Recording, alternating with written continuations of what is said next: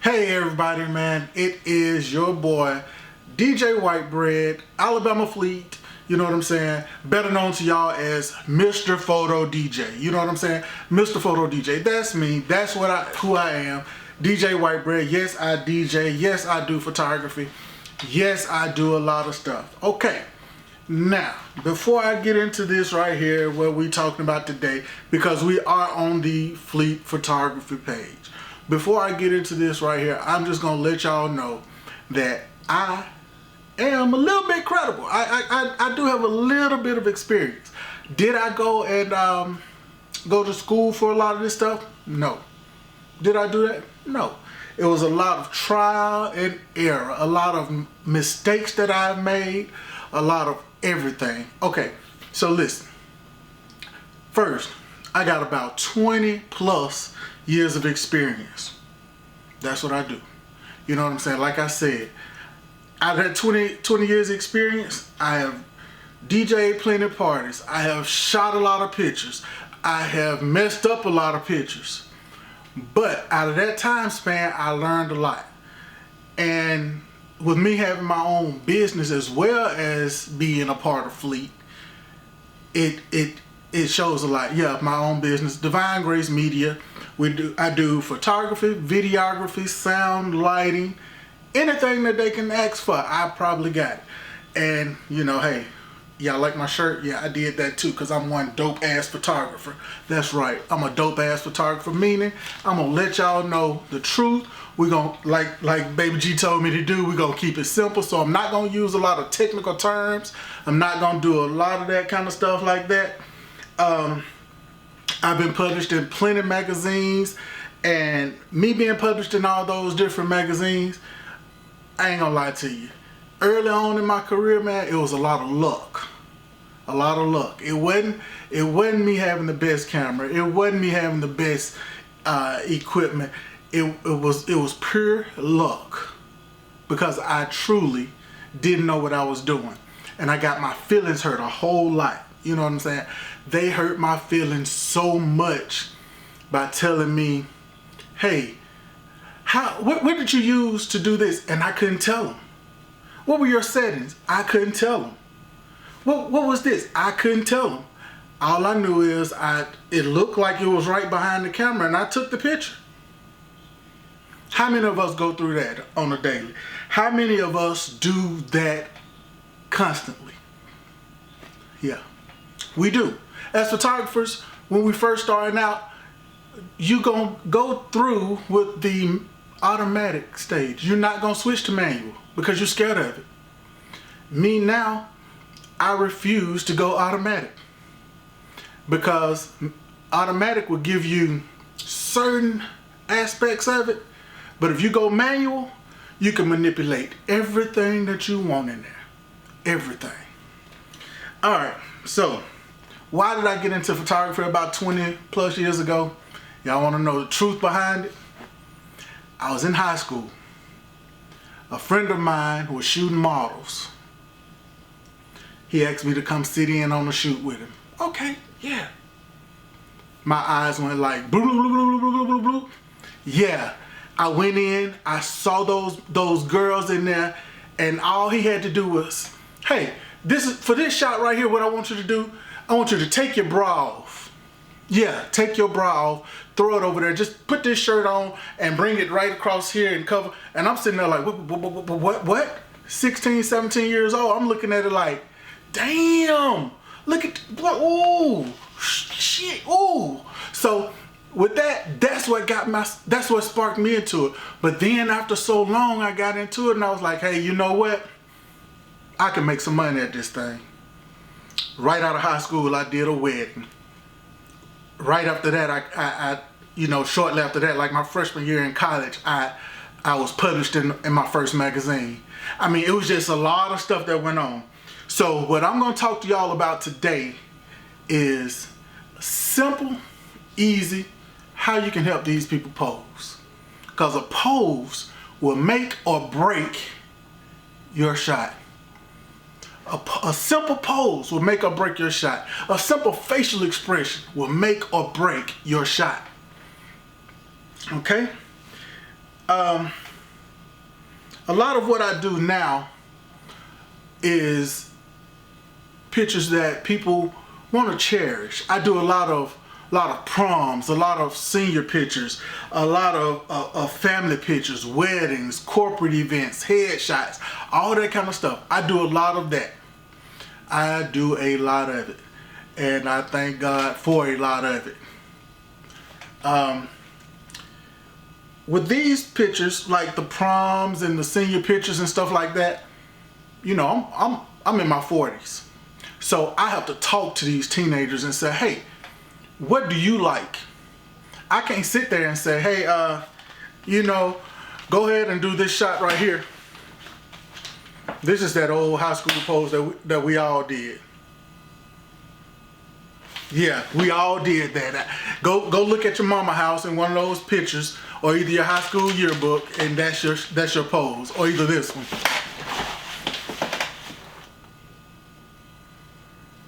That's your two poses. So we got to get away from that. You got to talk to your client first. Talk to them. Ask them, what do they like? If you like animals, okay, shoot somewhere where you can have an animal in that shot. Do that. Catch them natural. A more natural pose is the best pose. You know, that's one of the best poses that you can have. And with that being said, we're going to go into how to pose a child, a baby, an infant. When you want to pose them, don't worry about if they're, I'm talking about an infant now. I'm not talking about a toddler. You know, the toddler is the 1 to 3 or whatever. But I'm talking about an infant, a baby, an arm baby, as they call them. When you posing a arm baby, don't worry about them being awake. Don't worry about any of that. Because what you're looking for is the cuteness behind it. Just lay them down sweet and sleeping and with their eyes closed. Because 9 times out of 10 with a baby that size, if they are up, they're going to be screaming. So we don't want to go through all that. I'm just hitting them quick, y'all, because I don't want to spend a lot of time on that. Okay? When you're posing an adult, these are going to be the hard ones, especially these Facebook and Instagram only models. You sit there and they gonna come at you, and because we're in the digital age, every time you take a picture, they gonna look at it and they gonna say, let me see. Oh, I don't like that. I look fat. I look this. I look that. So a trick to posing them is figuring out what they like, making sure your lighting is decent, and use of these. If you got a girl that don't like her belly, she said, oh, I'm so fat, I'm so this, pose her with her hand placed ever so, you know, just blocking hard spots. Or if she's sitting up there and she said, dang, and she knows her makeup stopped right here and she still got this much skin left, place that hand up here somewhere like this, like she's playing with her ear. Or move her hair around.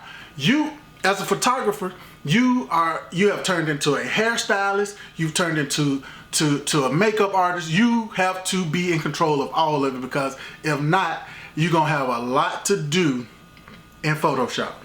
Okay? Posing couples and groups. If it's a couple and they look like they're about to, you know, if they're in love, play on it. Play you some music while you're in there with them. You know, get a playlist from them. You know, let them. That helps us as DJs. I mean, we are better at it as DJs because we can sit there and read our crowd, so we can read our people as well. Play some music for them. You know, do something like that. And once they get into that zone, catch them. If they're looking at each other and they're gazing into each other's eyes, boom, catch it. Tell them, hey, give them a kiss. You know, if you got the right couple, they're going to go with it and they're going to play into it. And you're going to sit there and you're going to be like, dang, for real? Yes, that is what it is. You have to, just like as a DJ, we read our crowd to know what our next 3, 4, 5 songs is going to be. You have to read your client as a photographer. Like I said, Mr. Photo DJ, meaning I read all of it. I read everybody. You have to read them, and don't sit there. And if they're not, if the female is not a girly girl female, don't put her in a girly girl female position. You know, if she more manly than her dude, which I have seen that happen, switch it around. Switch it around. Don't just have him sitting and her standing with her hands on his shoulder. Switch it around. Make him stand up. He want to play the little girly girl role. Put him in that role. I'm just playing. But no, you have to know him and make it fun. Make it fun. That's what you have to do. You have to make it fun. Joke with them. Laugh with them. Because the more comfortable they are with you, the better their pictures will turn out. That's what you do with a couple. That's what you do with adults. That's what you do with children and toddlers and infants. Me personally, going back to the children, I have sat up there and rolled around on the floor for 20, 30 minutes before I even snapped the first picture with children, just so they can be comfortable with me, and they laughing and they're playing. And then once I get them to where they're so silly, all I have to do is go in there with my, silly self and say, boop, and boop, they're smiling. Whatever, they're smiling. As a photographer, you lose all, what they call them, cool points. You lose all your cool points as a photographer in that session. Whatever it takes to get that shot for them to pose right. All right. After we get through with the couples, we're moving on up. We got groups. How do you get a good group shot? You got 20 people and everybody's talking, laughing. 9 times out of 10, a group shot is happening at a party, at an event somewhere where everybody is drinking, having a good time, and they're not gonna pay attention to you as the photographer. To get that good group shot, what you want to do, if you can, stagger them like in layers, like have some sitting down, some standing behind. Then if it's more than that, put some behind them standing on chairs safely, if you can. If not, just make sure that you as a photographer, you go up high and shoot down so you can make sure that you see everybody's face, and have them to stagger their face, which meaning you got a face here, you got a face over a shoulder, you got another face, so that you can see everybody's face. As a photographer, you got to do a quick look to make sure you can see everybody's face, everything that's going on. And you take multiple shots of that pose, of them posing in that group. This is just a few. Okay, I should have said this at the beginning. There's 199,000 ways to do this right, and only one wrong way. The wrong way is to not do it at all. You have to make it your own. This may not be the way, but this is a way. Like I told y'all at first, I learned from trial and error. A lot of getting out there, doing it, and doing it.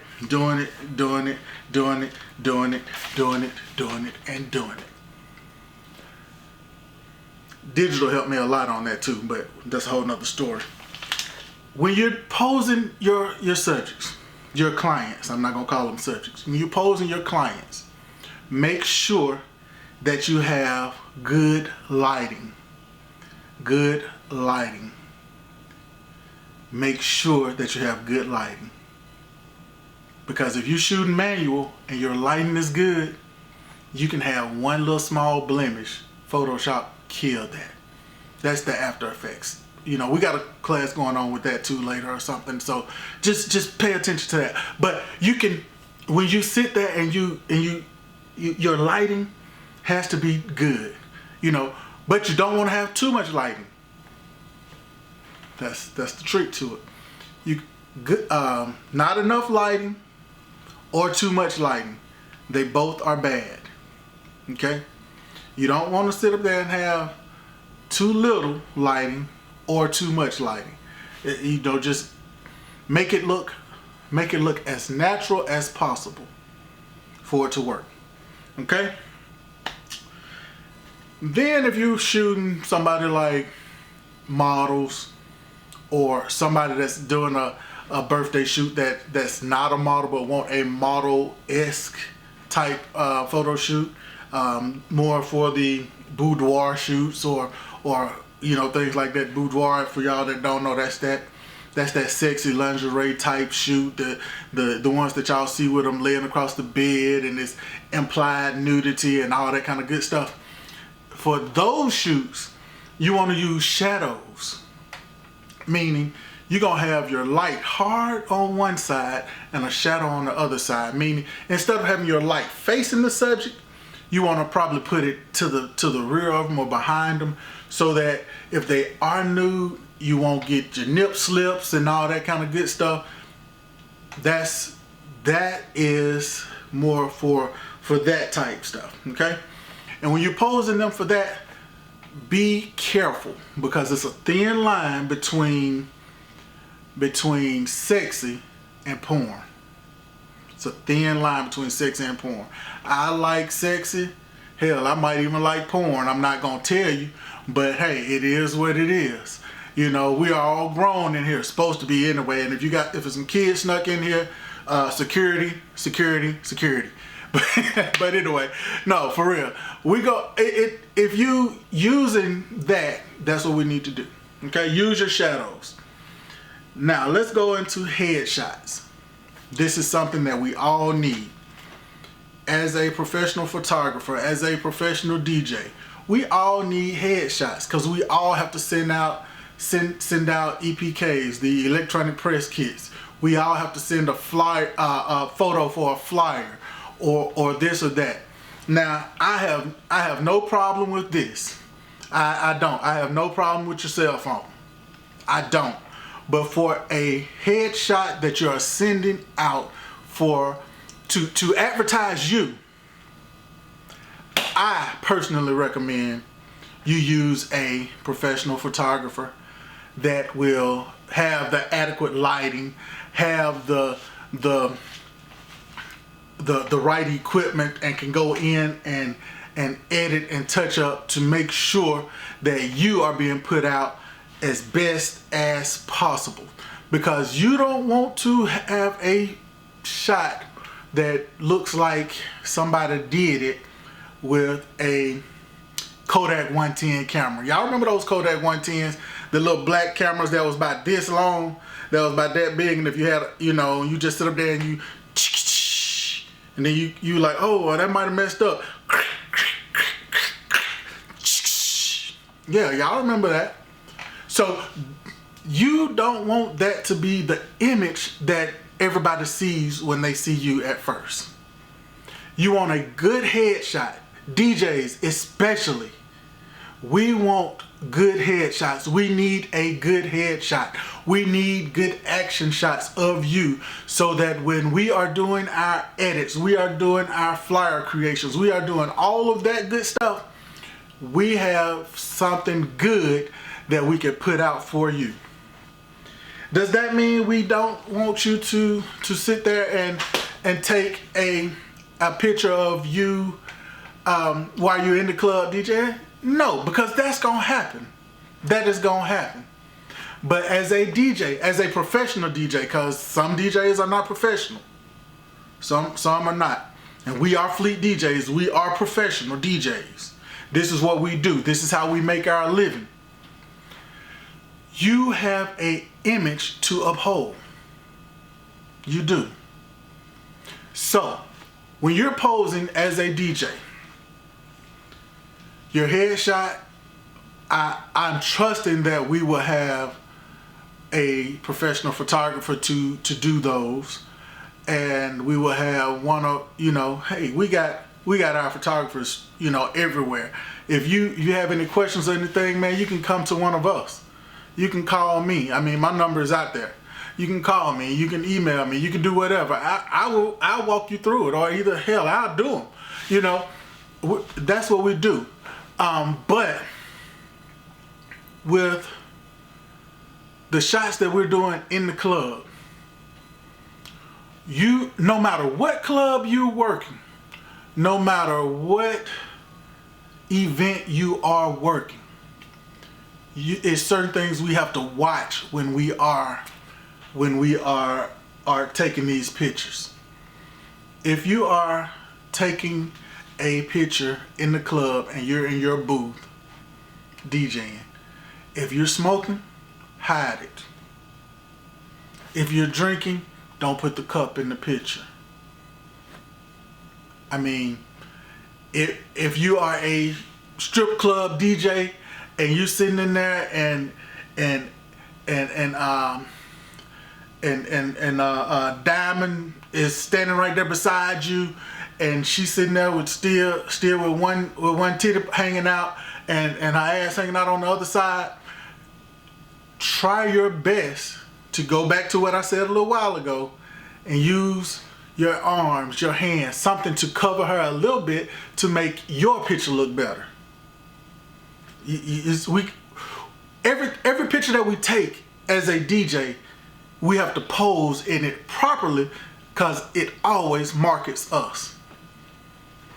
You can sit there and you can take the picture with you smoking and you're drinking and you got, you know, the naked woman right there with you, and that is gonna do two things. It's gonna make you a one market DJ, and it's gonna make you I don't want to say it like this, but a one market DJ, meaning that type of crowd. If you're taking a picture with your naked woman, they're gonna see you as just a strip club DJ. And two, it'll cut you out on a lot of other money, which is the same thing. One market DJ cutting you out on other dollars. I am a DJ that I can go to the strip club, go do a corporate event, and then turn around and do a child's birthday party, all in the same day. Because once you see me, you'll see a headshot of me that's this. You might even see a shot of me with a tux on. Then if you see a picture of me in the booth, I may have my headphones on, down mixing, doing whatever. And then if somebody is in the picture with me, you'll see me, this big wide body, covering some part of them, or either making it to where I would be comfortable putting that picture out. Because every picture that you take in the club as a DJ, think about it, somebody's gonna post it on social media. Somebody's gonna see it. Somebody's gonna sit there and say, oh, I know that cat right there. He a fire-ass DJ. But damn, did he have to sit up there and take that picture like that? He could have cut his hair. Oh, it's quarantine. I ain't got a haircut, so don't talk about me. But you can't say, hey, did he have to sit there and shirt have to be that wrinkle? Did he have to do this? You have to pose the right way, guys. And posing is not just your facial expression. It is your full body and how you react to those pictures. If somebody call your name and they getting ready to take a picture of you and they say, hey, white bread. Boom, that's a picture and it's out there. That's a pose. You gotta be conscious of everything that we're doing, okay? All right, so let's go back over what we were talking about, man. Posing is the number one thing that can mess up your pictures. Your lighting is the second thing that can mess up your pictures.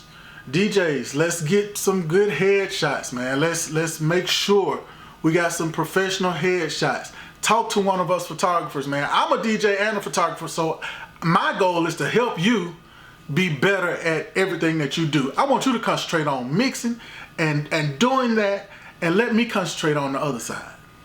I'm gonna take care of you because I know you're gonna take care of me. And with that being said, watch how you market yourself. Posing is your biggest marketing tool. Posing is your biggest marketing tool, guys. It is your biggest marketing tool. You can sit there and you could be fly as hell and sit there and think your drip is there. But once you get up there and you look at that picture, because I know y'all done looked at some of these pictures and say, what the hell was I thinking? I was high as hell. Yeah. And you trying to find that person so you can get that picture taken off social media. But it's too late now because you got 500 likes. You know, and even more people seeing it because everybody that look at it don't like it. But you got a lot of screenshots, you got a lot of shares, and they looking at you because they talking about you. And next thing you know, you got a jacked up picture, jacked up pose, and now you're a meme. So guys, ladies, hey, watch how you pose, man. Just if you're a photographer and you're posing your subject, talk to them. Make sure that they understand. Make sure you understand rather your client so that you can put them in positions that they are comfortable. When they're comfortable, they work better. DJs, be careful, man, because these jokers will sit up there and snap a picture of you in your face like this, and you'll be like, what the crap? That's why my man Baby G is gonna come later, and they're gonna talk about cell phone photography and all that good stuff. So with that being said, hey, I am your man, DJ Whitebread, Mr. Photo DJ. Man, my time is about up. So I'm about to get ready to get out of here. DJ Whitebread, Mr. Photo DJ, Alabama Fleet. You know what I'm saying? Divine Grace Media. If you want to look at some of my other work, it's on Instagram, Divine Grace Media. Follow me on Instagram, Divine Grace Media and Fleet DJ Whitebread. Follow me on Instagram, and got questions, come to me, and we'll make that happen. Okay? All right. I'll see y'all next time, and if y'all got questions, y'all let me know. Hey, I'm out this thing.